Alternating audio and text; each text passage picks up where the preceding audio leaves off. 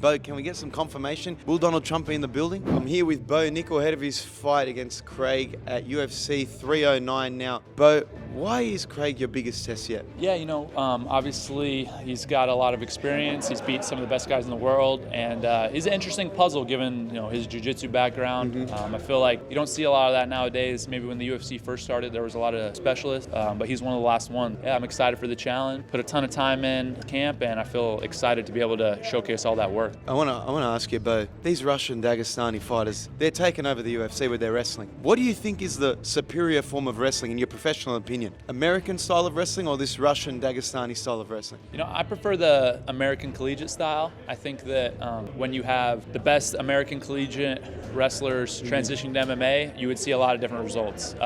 You'd see a lot of those guys at the top. The last decade, 15 years, a lot of the best college wrestlers have transitioned Olympic-style freestyle wrestling, and so you see them doing that, or you see them coaching. You don't see a lot of guys fighting. Nowadays, along with myself, you have guys like Nick Piccinini, Jacoby Smith, and this young group of really elite wrestlers coming up, and I hope more guys are going to do that. Austin O'Connor's another name, Bryce Meredith's another name. So these guys that have competed at the highest level of college wrestling are starting to transition to MMA, and I think a lot of these guys will make waves very, very soon. You've made it known that you want to face Khamzat Chimaev. Do you think this new version of Khamzat, the more humble, the guy that's not saying he wants to kill everybody, is the more scarier Khamzat, especially after that last performance? I don't know if it's scarier. It's just like the way I looked at it, listening to his interviews and a lot of stuff, I liked it. I felt like it was cool to see that shift and change. I know he mentioned having a son. I have a son as well. So just to kind of see that different mindset was cool. And I feel like I've always respected Khamzat. I've thought of him as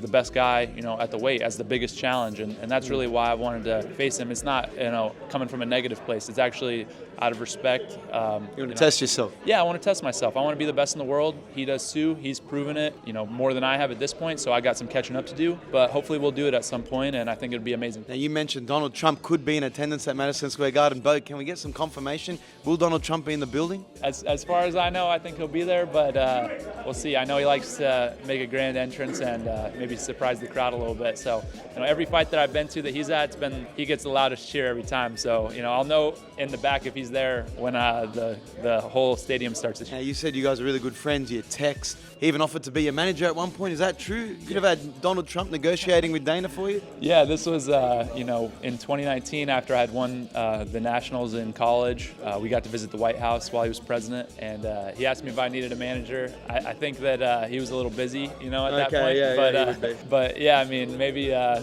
when I renegotiate my contract, I'll have him, put a word in with Dana. How loud do you expect it to be when he makes the walkout at Madison Square Garden? I've been there in person for a couple, and it's unbelievable. It's the loudest cheer I've ever heard, and I've been in the biggest sporting events in the world, collegiate football games and soccer matches, stuff like that, and I've never heard anything that loud. So. And you said you often send texts to each other. What's the best advice President Trump's ever given you? He told me to find a good bank and put my money in a good bank. That's about it. Okay. The main event is on. It's Jon Jones versus Stipe Miocic. What's your prediction for that fight? It's going to be a great fight. Both those guys are guys that I love watching. I respect a ton, and I think that they're towards the end of their career, and I think they both want to put an amazing performance. So I expect them both to come out and go for the finish. So I don't see it lasting 5 rounds, but I don't know. We'll see who comes out on top. Okay, if you had to pick one? I don't know. It's going to be a great fight. I love those guys. Okay. So we'll see. Michael Chandler's facing Charles Oliveira. Do you think Michael Chandler regrets spending 2 years on the sideline waiting for this Conor McGregor fight? It was actually pretty cool. I got to do a podcast with Michael Chandler. He came on my podcast. We did a YouTube video on it and stuff, and I got to dive into his mindset this past 2 years, and I think it was a really good thing for him.